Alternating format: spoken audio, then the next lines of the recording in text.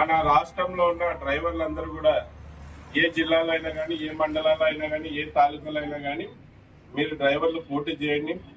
మనం స్టేరింగే కాదు, అలాగే ప్రజల్ని కూడా బలమనే విషయాన్ని మనం పోదాం, అందరికి తెలపడతాం. మళ్ళీ ఈ ఎలక్షన్లో గెలవండి, గెలిపించే బాధ్యత మా అందరి డ్రైవర్లది. మళ్ళీ మీరు కూడా పోటీ చేసే విషయం వీడియో ద్వారా సేఫ్టీ డ్రైవర్ అసోసియేషన్ సోషల్ మీడియాలో మీరు ఏం చెప్తారో మీ అభిప్రాయం చెప్పండి. 2 మాటలు మన దోర్నాల ప్రెసిడెంట్ గారు కూడా మాట్లాడాల్సిందిగా కోరుకుంటున్నాను.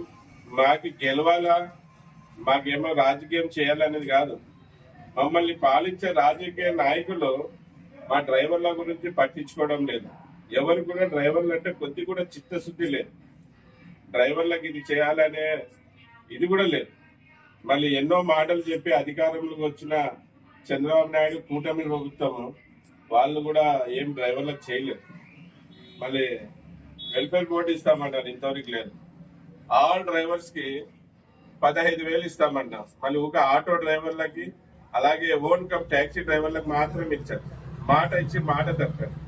ఆల్ డ్రైవర్స్ కి ఇస్తామన్నప్పుడు అందరు డ్రైవర్లకు ఇవ్వాలి కదా, బ్యాడ్జ్ కలిగిన ప్రతి డ్రైవర్కి ఇస్తామన్నారు కదా. మళ్ళీ ఎక్కడ అధికారంలోకి వచ్చే ముందు ఒక మాట, అధికారంలోకి వచ్చినాక ఒక మాట.